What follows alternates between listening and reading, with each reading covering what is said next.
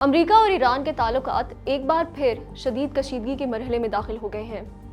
امریکی حکومت نے ایران کے لیے ایسے مطالبات رکھے ہیں جو نہ صرف اس کے جوہری پروگرام بلکہ ملک کے سیاسی نظام، عسکری صلاحیت اور علاقائی اثر و رسوخ پر بھی اثر انداز ہو سکتے ہیں۔ اس صورتحال نے مشرقی وسطی میں عدم استحکام کے خطرات بڑھا دیے ہیں اور عالمی سطح پر توانائی اور معیشت پر بھی اثر ڈالنے کی صلاحیت رکھتی ہے۔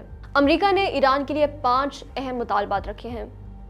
سپریم لیڈر آیت اللہ علی خامنہ ای کی حیثیت ختم کرنا، یورینیم افزودگی کا مکمل خاتمہ، تمام جوہری ذخائر کی حوالگی، بیلسٹک میزائل پروگرام پر پابندی اور ایران کی حمایت یافتہ علاقائی گروہوں کو ہٹانا۔ ایران نے ان تمام مطالبات کو مسترد کیا ہے اور انہیں اپنی قومی خود مختاری پر حملہ قرار دیا ہے۔ امریکہ کے پاس اس کشیدگی سے نپٹنے کے 3 ممکنہ راستے ہیں۔ پہلا، ایران پر طویل دباؤ ڈالنا تاکہ اندرونی سیاسی خلفشار پیدا ہو اور حکومت کمزور ہو جائے۔ دوسرا، محدود مگر شدید فوجی حملے کرنا تاکہ ایرانی قیادت یا فوجی اہداف متاثر ہوں۔ تیسرا، صرف ایران کے میزائل پروگرام کو نشانہ بنانا جسے اسرائیل ترجیح دیتا ہے۔ یہ بحران صرف ایران اور امریکہ تک محدود نہیں رہتا۔ عالمی منڈی میں تیل کی قیمتیں بڑھ سکتی ہیں، خلیجی راستوں کی سلامتی متاثر ہو سکتی ہے اور عالمی معیشت پر بھی دباؤ پڑ سکتا ہے۔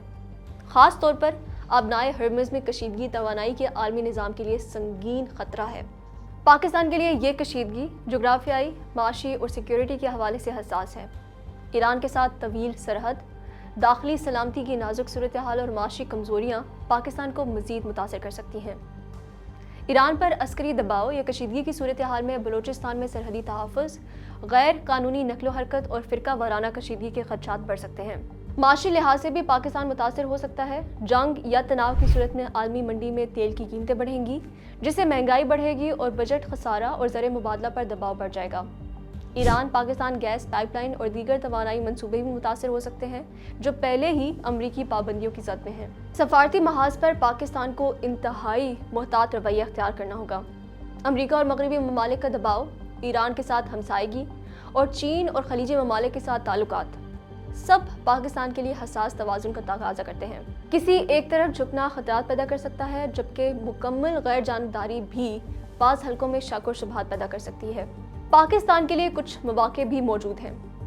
غیر جانبدار اور فعال سفارتکاری کے ذریعے پاکستان ایران، امریکہ اور خطے کے دیگر ممالک کے درمیان ثالثی یا پیغام رسانی کا کردار بھی ادا کر سکتا ہے، جس سے اس کی عالمی ساکھ مضبوط ہو سکتی ہے اور اسے ذمہ دار علاقائی ریاست کے طور پر بھی پیش کیا جا سکتا ہے۔ مجموعی طور پر امریکہ اور ایران کے درمیان بڑھتی کشیدگی پاکستان کے لیے زیادہ خطرات رکھتی ہے۔ داخلی سلامتی، توانائی اور معیشت سب حساس شعبے ہیں جو اس بحران سے متاثر ہو سکتے ہیں۔